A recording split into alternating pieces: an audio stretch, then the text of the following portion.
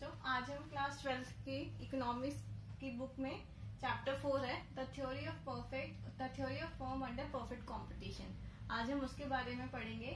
सबसे पहले जो परफेक्ट कंपटीशन है ये एक मार्केट स्ट्रक्चर है जिसमें हमारी सभी चीजें किस पे डिपेंड करती हैं, डिमांड, कंज्यूमर्स की डिमांड पे और फर्म्स की सप्लाई पे। इसमें दोनों का प्रॉपर पार्टिसिपेशन होता है मार्केट स्ट्रक्चर को डिफाइन करने में। तो हम पहले पढ़ते हैं परफेक्ट कंपटीशन होता क्या है। Perfect competition is a market structure where large number of buyers and sellers sell identical products. Perfect competition में क्या होता है कि इसमें हमारे नंबर ऑफ बायर्स भी बहुत सारे होते हैं और नंबर ऑफ सेलर्स मतलब नंबर ऑफ फर्म्स भी हमारी बहुत सारी होती हैं। जैसे कुछ आइटम्स होते हैं कि उनको कुछ लिमिटेड फर्म्स ही प्रोड्यूस करती हैं, तो वो हमारी परफेक्ट कंपटीशन मार्केट स्ट्रक्चर में नहीं आएंगी। इसमें ऐसे कुछ से आइटम्स आते हैं जो हमारे बहुत लार्ज स्केल पे बहुत लार्ज नंबर ऑफ फर्म्स द्वारा प्रोड्यूस किए जाते हैं, और इनमें ऐसे ऑब्जेक्ट्स या फिर आइटम्स होते हैं जो बहुत लार्ज नंबर ऑफ बायर्स द्वारा खरीदे जाते हैं, मतलब कि उनकी डिमांड बहुत ही ज्यादा होती है मार्केट में और उनकी सप्लाई भी बहुत ज्यादा होती है मार्केट में। अब परफेक्ट कंपटीशन का जो हमारा ये कर्व है, इसमें हमारी जो प्राइस और क्वांटिटी के अकॉर्डिंगली और डिमांड और सप्लाई के अकॉर्डिंग हमारी प्राइस इसमें आगे डिफाइन करते हैं हम। जैसे जो डिमांड कर्व है ये हमारा किससे निकलता है, प्राइस और क्वांटिटी से निकलता है कि प्राइस और क्वांटिटी का डिमांड में हमारा इनवर्स रिलेशन होता है कि बाय चांस हमारा प्राइस बढ़ेगा तो हमारा डिमांड कम होगी और प्राइस कम होगा तो हमारी डिमांड बढ़ेगी। लेकिन प्राइस और सप्लाई में क्या होता है, प्रोपोर्शनल रिलेशन होता है कि अगर हमारा प्राइस बढ़ेगा तो हमारी सप्लाई भी फर्म की बढ़ेगी। ऐसा क्यों होता है, क्योंकि जब भी प्राइस बढ़ता है तो सप्लाई फर्म इसलिए बढ़ाता है ताकि वो अपना पर यूनिट अपना प्रॉफिट इंक्रीज कर सके।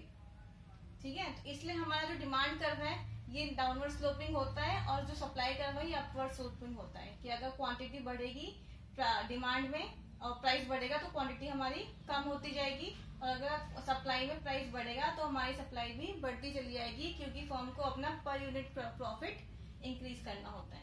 तो इस जहाँ जो इंटरसेक्शन पॉइंट होता है डिमांड का वो सप्लाई पर का, वहां से हमारा जो प्राइस है टोटल जो मार्केट प्रिवेलिंग प्राइस है वो हमारा डिफाइन करेगा, और यही हमारा आगे जाके क्या बन जाता है, price of market, price of product in market. और ये हमारा average revenue AR average revenue और मार्केट रिवेन्यू भी बनता है आगे जाके। ये मैं आपको रिवेन्यू के कॉन्सेप्ट में बताऊंगी ऐसा क्यों होता है। ये जो हमारा ग्राफ है ये इंडस्ट्री का ग्राफ है। जब पूरी इंडस्ट्री की ये पूरी डिमांड है, कितनी हमारी डिमांड सभी कंज्यूमर्स की है और ये सप्लाई है कि सारी फर्म्स मिला के कितना क्वांटिटी प्रोड्यूस कर सकती हैं और कितना सेल कर सकती हैं, ये हमारी पूरी इंडस्ट्री का ग्राफ है। और इससे हम आगे जाके हमारा फर्म का ग्राफ डिराइव होता है कि इससे हमारा मार्केट प्राइस निकल जाता है कि मार्केट प्राइस कितना रहेगा उस प्रोडक्ट का, और उसी सेम प्राइस पे जो क्वांटिटीज है फर्म क्वांटिटीज को सेल करेंगे। प्राइस सेम रहेगा चाहे क्वांटिटी ये हो चाहे क्वांटिटी ये हो चाहे क्वांटिटी ये हो, लेकिन हमारा प्राइस हमेशा इसमें सेम ही रहेगा। इसमें कभी भी प्राइस क्वांटिटी चेंज नहीं होती है। और इंडस्ट्री क्या होती है, हमारे इस इंडस्ट्री हमारा प्राइस मेकर होता है, मतलब कि वो प्राइस डिसाइड करेगा कि कितना प्राइस उस प्रोडक्ट का हमारा मार्केट में होना चाहिए। और जो फर्म है वो होता है हमारा प्राइस टेकर, क्योंकि फर्म इंडिविजुअल होता है तो सभी फर्म्स के हिसाब से, पूरी इंडस्ट्री के हिसाब से, जो भी डिमांड और सप्लाई के हिसाब से जो इंडस्ट्री हमारा प्राइस बनाएगी, एक इंडिविजुअल फर्म को वो प्राइस लेना पड़ेगा। और इस मार्केट में हमारे फीचर्स क्या क्या होते हैं, सबसे पहले है large number of buyers and sellers. इसमें हमारे बायर्स मतलब जो खरीदने वाले कंज्यूमर्स हमारे बहुत ज्यादा क्वांटिटी में होते हैं। कैसे, इसमें हमारा कोई ऐसा प्रोडक्ट होगा जिसकी डिमांड बहुत ही ज्यादा होगी। जैसे कि अगर हम व्हीट बोले, आटा हम खाते हैं तो इसकी जरूरत सभी को होती है, तो इसके लिए हमारे नंबर ऑफ बायर्स बहुत ज्यादा है। और उसके बाद सेलर्स हमारे इसमें सेलर्स भी ज्यादा होंगे। क्यों, अब जैसे आपके पास अगर 4 कंपनीज है, 4 फर्म्स है, वो आटा बना रही हैं, तो उनका अमाउंट, बायर्स की क्वांटिटी डिमांडेड और सप्लाई, ये दोनों जब इंटरसेक्ट करेंगे तो वहां पे हमारा मार्केट में प्रिवेलिंग प्राइस डिसाइड होगा वहां से। दूसरा है होमोजीनियस प्रोडक्ट। होमोजीनियस प्रोडक्ट मतलब वो प्रोडक्ट आइडेंटिकल होते हैं, बिल्कुल सेम होते हैं, उनमें डिफरेंसेस नहीं होते हैं। अगर आटा मिल रहा है, अगर आशीर्वाद कंपनी का आटा है या किसी और कंपनी का आटा है, तो फिर वो आटा दोनों ही कंज्यूमेबल है और दोनों से सेम रिक्वायरमेंट पूरी होती है, तो इसलिए वो दोनों कैसे हो गए, होमोजीनियस प्रोडक्ट हो गए। नेक्स्ट है free entry and exit of firm. इसमें हमारी जो फर्म है, इंडिविजुअल फर्म है, वो कभी भी इस बिजनेस में, इस मार्केट स्ट्रक्चर में कभी भी एंट्री कर सकती है और कभी भी एग्जिट कर सकती है। मान लो किसी फर्म को बहुत ज्यादा लॉस हो रहा है, वो बियर नहीं कर सकती लॉस, तो वो किसी भी टाइम पीरियड में इस मार्केट स्ट्रक्चर से एग्जिट कर जाएगी, वो आगे कंटिन्यू नहीं करेगी। और अगर मान लो मैं कोई कंपनी खोलना चाहती हूँ किसी भी चीज के लिए, मान लो मैं सोप के लिए खोलना चाहती हूँ, तो मैं किसी भी टाइम पीरियड में, किसी भी इंटरवल में मैं उस मार्केट स्ट्रक्चर में एंट्री ले सकती हूँ। ठीक है, मुझे उसके लिए कोई सी भी स्पेशल रिक्वायरमेंट्स की जरूरत नहीं पड़ेगी। तो इसमें क्या, थर्ड क्या है इसके features, free entry and exit of firm. Fourth है परफेक्ट नॉलेज। परफेक्ट नॉलेज मतलब सभी फर्म्स को एक जैसी नॉलेज होती है, परफेक्ट, बिल्कुल एग्जैक्ट, किसी की भी नॉलेज में, किसी की भी इंफॉर्मेशन में कोई डिफरेंस नहीं होता। क्यों? क्योंकि सभी को सेम इन्फॉर्मेशन होती है, क्या कि हमारे बायर को क्या चीज चाहिए उस प्रोडक्ट में, वो अगर हमारे पास होगी तभी हमारा बायर हमारा प्रोडक्ट खरीदेगा, वरना फिर नहीं खरीदेगा। नेक्स्ट है नो गवर्नमेंट कंट्रोल। इस मार्केट स्ट्रक्चर में गवर्नमेंट का कोई भी रोल नहीं होता है। इसमें जो भी चीज डिसाइड होती है वो इस डिमांड और सप्लाई कर्व से डिसाइड होती है कि जितनी डिमांड होगी उसके अकॉर्डिंग जितनी सप्लाई होगी उसी के हिसाब से हमारा मार्केट प्राइस डिसाइड होगा। ठीक है, तो हमारे फीचर्स क्या क्या है इसमें, ये मेन फीचर्स हैं। इसमें क्या है, large number of buyers and sellers. हमारे बायर्स और सेलर्स की क्वांटिटी इसमें बहुत ज्यादा होती है। नेक्स्ट है होमोजीनियस प्रोडक्ट, मतलब इसमें आइडेंटिकल एलिमेंट्स होते हैं, बिल्कुल सेम एलिमेंट्स होते हैं। नेक्स्ट है free entry and exit of firm. इसमें हमारी फर्म कभी भी एंट्री कर सकती है मार्केट स्ट्रक्चर में और कभी भी एग्जिट कर सकती है according to their willingness and their profit share. Perfect knowledge मतलब सभी फर्म्स को एक जैसी नॉलेज होती है प्रोडक्ट कंज्यूमर्स के बारे में या प्रोडक्ट्स के बारे में कि हमारे कंज्यूमर को क्या चाहिए। नेक्स्ट है नो गवर्नमेंट कंट्रोल। इस मार्केट स्ट्रक्चर में गवर्नमेंट का कोई भी रोल नहीं होता, गवर्नमेंट का कोई इंटरफेरेंस नहीं होता। इसमें सब कुछ हमारे इस इंडस्ट्री कर्व के अकॉर्डिंगली डिसाइड होता है कि हमारे बायर्स की डिमांड कितनी है और उसके हिसाब से हमारी फर्म कितना सप्लाई कर रही है प्रोडक्ट, और जहां पे भी ये दोनों कर्व इंटरसेक्ट करेंगे वो हमारा क्या बन जाएगा, मार्केट प्राइस बन जाएगा।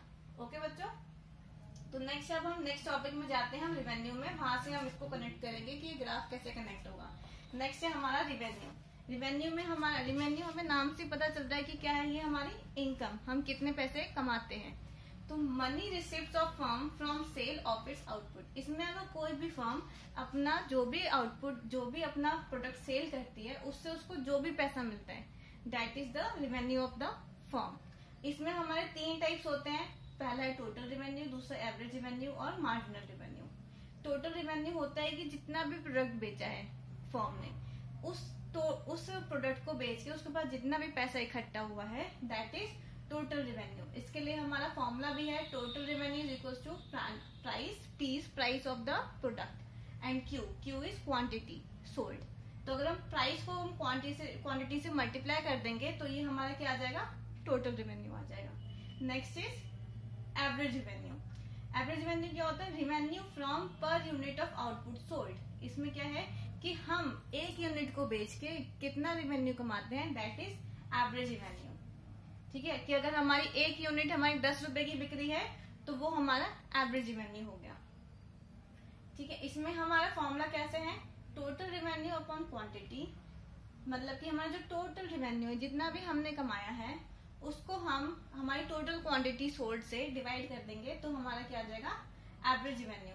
इसी को अगर हम फॉर्मूले को आगे इलेबोरेट करें तो टोटल रिवेन्यू हमारा कैसे आता है, प्राइस इंटू क्वांटिटी, उसको हम डिवाइड करेंगे क्वांटिटी से, तो उससे हमारा Q से Q कट के क्या बन जाएगा, प्राइस। तो एवरेज रिवेन्यू हमारा किसके बराबर होता है, price, that is price prevailing in the market. Market price जो हमारा इस डिमांड कर्व सप्लाई कर्व से डिराइव हुआ है, वो प्राइस हमारा एवरेज रिवेन्यू के बराबर होता है। इसलिए आपको समझ आ गया कि ये जो प्राइस है ये एवरेज रिवेन्यू के बराबर होता है। क्यों? क्योंकि एवरेज रिवेन्यू क्या है हमारा, जो हमारा मार्केट प्राइस चल रहा है। क्यों? क्योंकि अगर कोई हमारा मार्केट प्राइस 5 रुपए डिसाइडेड है तो कोई भी फर्म अपना प्रोडक्ट 5 रुपए से ज्यादा में नहीं बेच सकती, 4 रुपए, 3 रुपए, 2 में भी बेच सकती है, लेकिन वो 5 रुपए से ज्यादा में नहीं बेच सकती। तो उसका मैक्सिमम एवरेज रिवेन्यू कितना हो सकता है, 5 रुपीज ही हो सकता है। तो हमारा एवरेज रिवेन्यू प्राइस के बराबर हो गया यहाँ से। नेक्स्ट है marginal revenue. Marginal revenue is increase in total revenue for a unit increase in firms output. Marginal revenue क्या होता है कि एक फर्म किसी भी एक्स्ट्रा यूनिट को बेचने से कितना प्रॉफिट कमाती है, कितना उसके रेवेन्यू में इंक्रीज होता है, वो होता है मार्जिनल रेवेन्यू। मार्जिनल रेवेन्यू का फॉर्मूला क्या है, चेंज, ये साइन होता है चेंज का, change in price upon change in quantity की, उस प्राइस में, उसके टोटल रेवेन्यू के प्राइस में कितना चेंज हुआ है, और चेंज इन क्वांटिटी, उसकी क्वांटिटी में कितना चेंज हुआ है, इससे हमारा मार्जिनल रेवेन्यू निकल जाता है। और ये हमारा मार्जिनल रेवेन्यू एवरेज रेवेन्यू और प्राइस के लिए जो मार्केट प्राइस होगा उसके बराबर ही होगा। क्यों?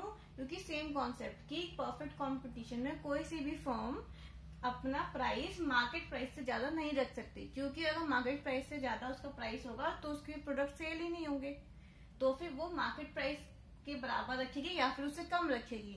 और वो ऑब्वियसली बात है, जब मार्केट प्राइस 5 रुपए अगर प्रिवेलिंग है तो उससे कम नहीं रखेगी वो, उससे उसको लॉस होगा जब मार्केट प्राइस 5 रुपए है। तो फिर इसलिए परफेक्ट कंपटीशन में हमारा market price, average revenue and marginal revenue, ये तीनों चीजें सेम होती हैं।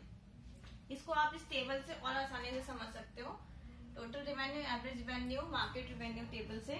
कैसे कि अगर हमारी क्वांटिटीज हैं, ये प्राइस या फिर एवरेज रेवेन्यू है, टोटल रेवेन्यू है, एमआर है, मार्जिनल रेवेन्यू। इसमें क्वांटिटी हमारी 1 सोल्ड हुई है और 1 यूनिट का प्राइस कितना था, 10 रुपीज, तो टोटल रेवेन्यू हमारा कितना हो गया, 10 रुपीज, P इंटू क्यू, इनको मल्टीप्लाई करके आ गया टोटल रेवेन्यू।